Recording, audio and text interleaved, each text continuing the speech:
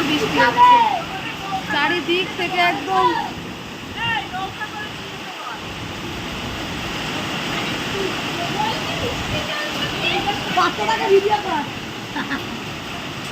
ওই যে ঘরের ভেতর দিয়ে কি বলছে বৃষ্টিতে, আমরা কিছু শুনতেই পাচ্ছি না। এখানে কি বলে, শুনতে পেলে তুমি হ্যাঁ হ্যাঁ বলছো।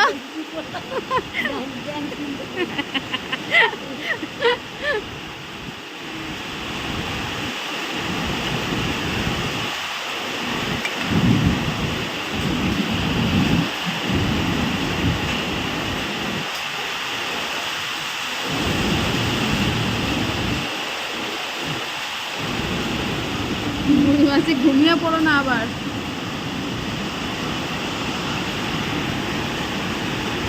এইটা নামিয়ে দিলে তো বৃষ্টিটা জলটা আসতো না।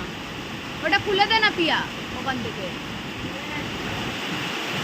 পুরো ভিজে গেছে, একদম সব ভিজে গেছে। বৃষ্টি এসে আমরা এখানে মন্দিরে বসে বসেও ভিজে যাচ্ছি। এই যে এখানে ছাতা নিয়ে বসে আছে মন্দিরে, ভিডিও বানাচ্ছি ইউটিউব। বৃষ্টিটা কেমন লাগছে বলো তো? ভালো ভালো। দেখো এত জোর বৃষ্টি পড়ছে, মনে যাচ্ছে না ফোনে?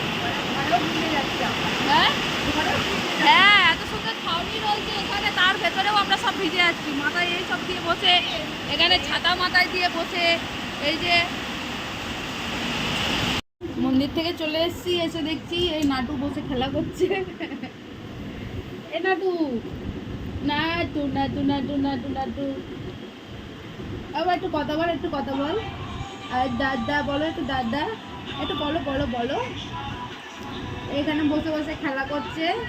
আর এসে দেখছি আমার দিদি যে সোনার আংটিটা কিনেছিল সেটার অবস্থা খুবই খারাপ, পুরো ঠকিয়ে দিয়েছে ওদেরকে। সোনার আংটিটা কি রং উঠছে, ভাবা যায়?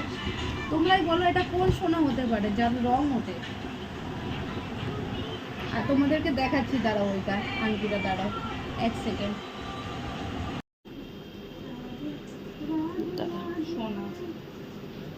আমরা সোনা বানিয়েছি, এটা সোনার আংটি, কিন্তু সোনার আংটি রং উঠে যাচ্ছে।